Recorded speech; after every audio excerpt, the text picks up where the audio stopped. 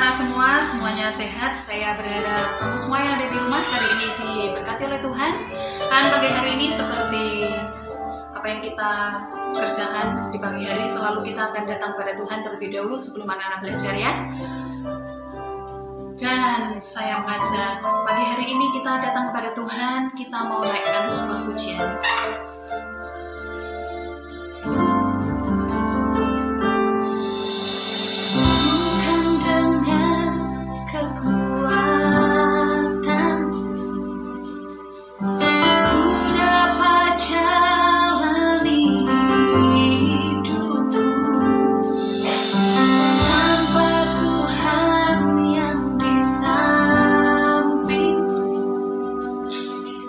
Ku tak mampu sendiri.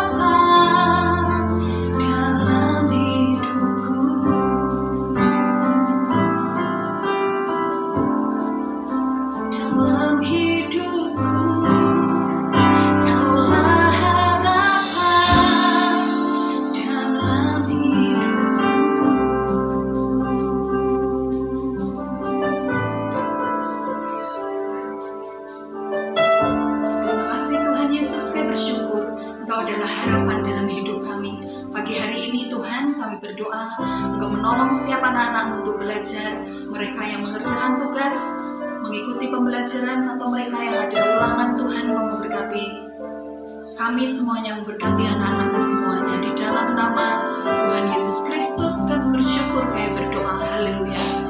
Amin. Selamat pagi, Tuhan Yesus memberkati. Setelah ini selamat mengikuti sesi firman Tuhan. Tuhan Yesus memberkati.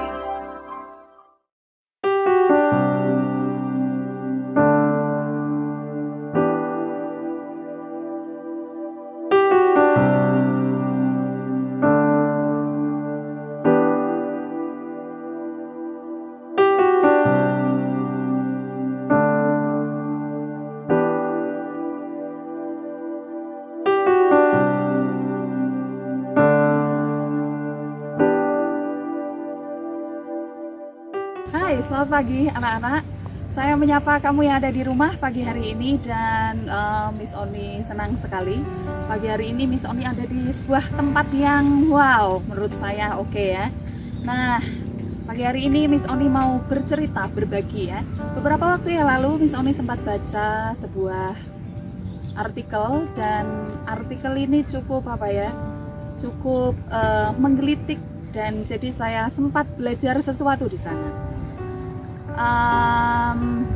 Satu kali di sebuah hutan rimba ada segerombolan kera ya, dan gerombolan kera ini mereka berdiskusi, mereka menentukan, mereka bersiasat bagaimana supaya mereka bisa mengumpulkan makanan untuk cadangan makanan di musim dingin, gitu ceritanya. Jadi lalu mereka kemudian memutuskan, ayo kita pergi berpetualang mengumpulkan makanan sebanyak-banyaknya untuk musim dingin. Kemudian untuk menjaga markas mereka menunjuk satu kera, dan mereka menentukan si ekor putih untuk untuk kera ini menjaga tempat makanan mereka. Lalu kemudian gerombolan kera ini pergi, mereka mencari makan, dan satu ekor kera, si ekor putih, ditinggal untuk menjaga markas makanan mereka.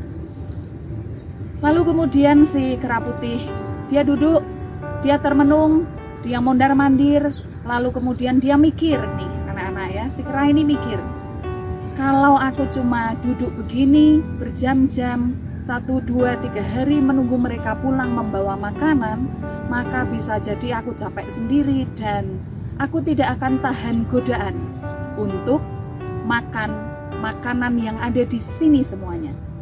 Di satu sisi dia merasa bangga dan merasa senang karena aku nggak perlu ke sana dan ke sana-sana ya, dan aku merasa diberi kepercayaan oleh gerombolan kera-kera tadi. Aku diberi kepercayaan ini untuk menjaga markas besar, menjaga cadangan makanan yang segini banyaknya.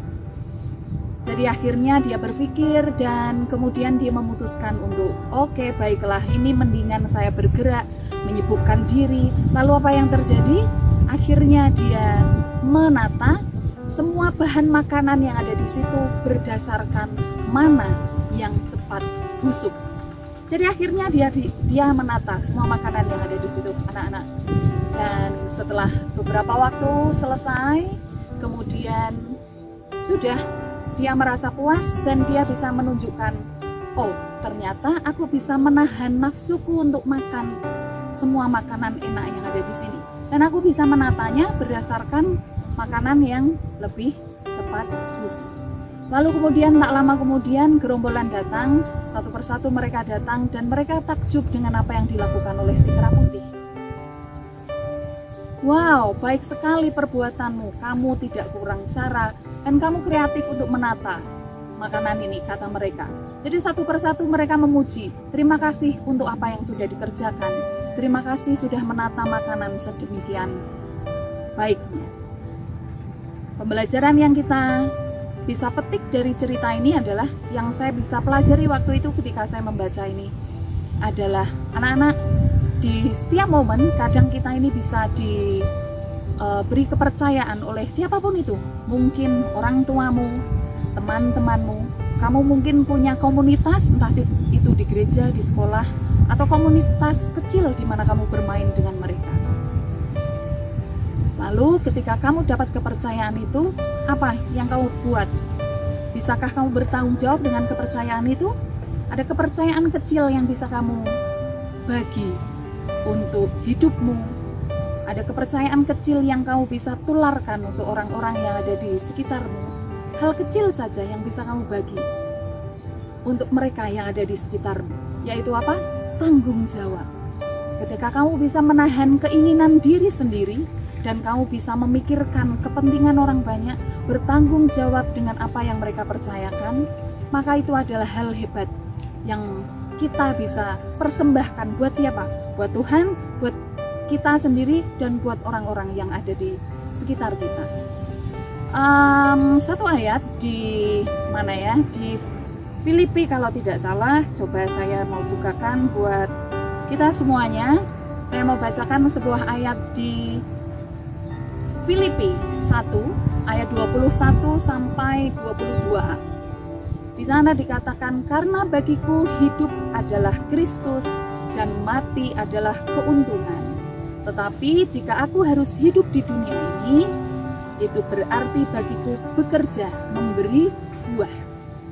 Sekali lagi di Filipi 1 ayat 21 sampai 22a, karena bagiku hidup adalah Kristus dan mati adalah keuntungan. Tetapi jika aku harus hidup di dunia ini, itu berarti bagiku bekerja, memberi buah. Di bagian Alkitab lain dikatakan bahwa di Mazmur 90 ayat 12, di sana dikatakan bahwa Tuhan ajarlah kami menghitung hari-hari kami sedemikian hingga kami beroleh hati yang bijaksana. Anak-anak, mari kita belajar memiliki hati yang bijak. Ketika kita diberi tanggung jawab, kita mengerjakan tanggung jawab itu dengan baik. Kamu punya tanggung jawab sendiri, saya punya tanggung jawab sendiri. Kamu diberi tanggung jawab terbesar untuk belajar di usiamu yang sekarang ya. Dan Miss Oni punya tanggung jawab lain. Kita sama-sama punya tanggung jawab. Orang tua juga sama, mempunyai tanggung jawab yang berbeda ya. Nah, maka saya mendorong pada pagi hari ini mengingatkan kita semuanya supaya kita bisa mengerjakan segala sesuatunya, apapun yang sudah dipercayakan untuk kita, bisa kita kerjakan dengan baik, melakukan tanggung jawab dengan baik, dengan benar, dan semuanya akan kembali kepada kita masing-masing. Apa yang kita perbuat hari ini, apa yang bisa kita lakukan hari ini, apa yang menjadi tanggung jawab kita hari ini, ketika kita mengerjakannya dengan baik, dengan penuh hormat, dengan penuh tanggung jawab ya anak-anak, maka itu akan kembali kepada kamu dan saya. Dan berkat Tuhan tentunya tidak akan pernah salah alamat. Ketika kamu punya perjuanganmu masing-masing, kembalinya ke kamu sendiri. Oke, maka pagi hari ini saya mengingatkan kita semuanya dengan berkat Tuhan yang luar biasa, dengan anugerah Tuhan yang luar biasa, bahkan hari ini kita diberi kesehatan, kembalikanlah ucapan syukur kita kepada Tuhan lewat hal-hal yang baik yang bisa kita kerjakan, yang bisa kita kembalikan, yang bisa kita tunjukkan kepada orang-orang di sekitar kita. Maka semuanya akan kembali berbalik kepada kita. Ya, itu saja yang pagi hari ini saya hendak sampaikan. Saya mau berbagi kepada anak-anak. Semoga apa yang saya dapat, semoga apa yang saya bisa nikmati, itu juga bisa dinikmati oleh kamu semuanya. Semoga apa yang bisa kamu terima, sama-sama saya juga bisa menerima berkat yang terbaik dari Tuhan Yesus Kristus. Oke, stay at home, stay happy, stay healthy di rumah anak-anak. Tuhan Yesus berkati.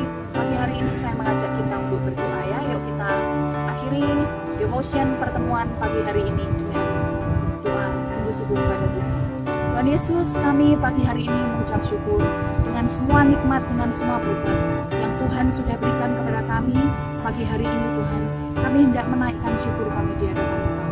Kami bersyukur Tuhan, kami bersyukur. Terima kasih Tuhan Yesus tidak pernah lupa memberi kami berkat yang terbaik.